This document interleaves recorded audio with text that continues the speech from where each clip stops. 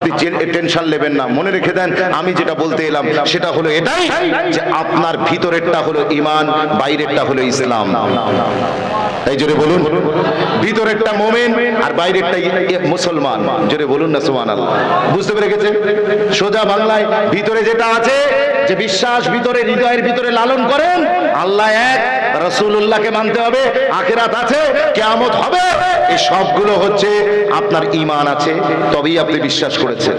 সবগুলো অর্থ হলো আপনি মুমিন।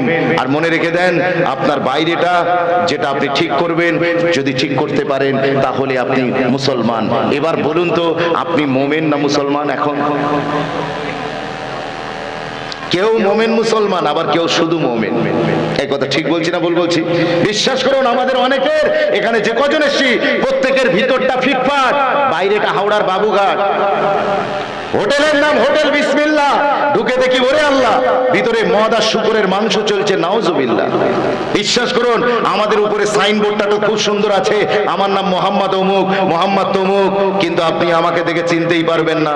আমাকে পরিচয় দিতে হলে আধার কার্ড পেশ করতে হবে, ব্যাংকের বই জমা দিতে হবে, তবে বোঝা যাবে এই ইদার কা না উদার কা।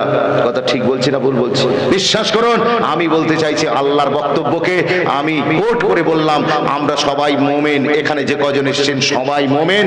এখন আল্লাহ আমাদের নির্দেশ দিয়েছে, মুমিন তো আগেই হয়ে গিয়েছো, এবার তোমরা মুসলমান হয়ে যাও। এই জোরে বলুন, আগে তো ভিতর ঠিক করে ফেলেছো, এবার তোমরা বাইরেটা ঠিক করো। বাইরে ঠিক করো। একজন হিন্দু ভাইকে বাইরে থেকে দেখলে বোঝা যাবে না যে সে হিন্দু। হয় তার ধুতি দেখে বোঝা যাবে, নয় তার পৈতে দেখে বোঝা যাবে, নয় মাথায় টিকি দেখে বোঝা যাবে। একজন হিন্দু বোনকে দেখলে বোঝা যাবে, তার মাথার সিঁদুর, হাতের শাঁখা দেখলে বোঝা যাবে তিনি কোন ধর্ম থেকে বিলং করেন। একজন খ্রিস্টান আপনি দেখুন তার গলায় থাকবে যিশুর লকেট। আবার ইহুদিদের ভ্যাটিকান সিটির পোপ যে আছে তার মাথায় দেখবেন ছোট্ট একটা টুপি। এই সব দেখলে প্রত্যেকটা ধর্মের এক একটা সিম্বল দেখলেই বোঝা যাবে তিনি কোন ধর্মের মানুষ।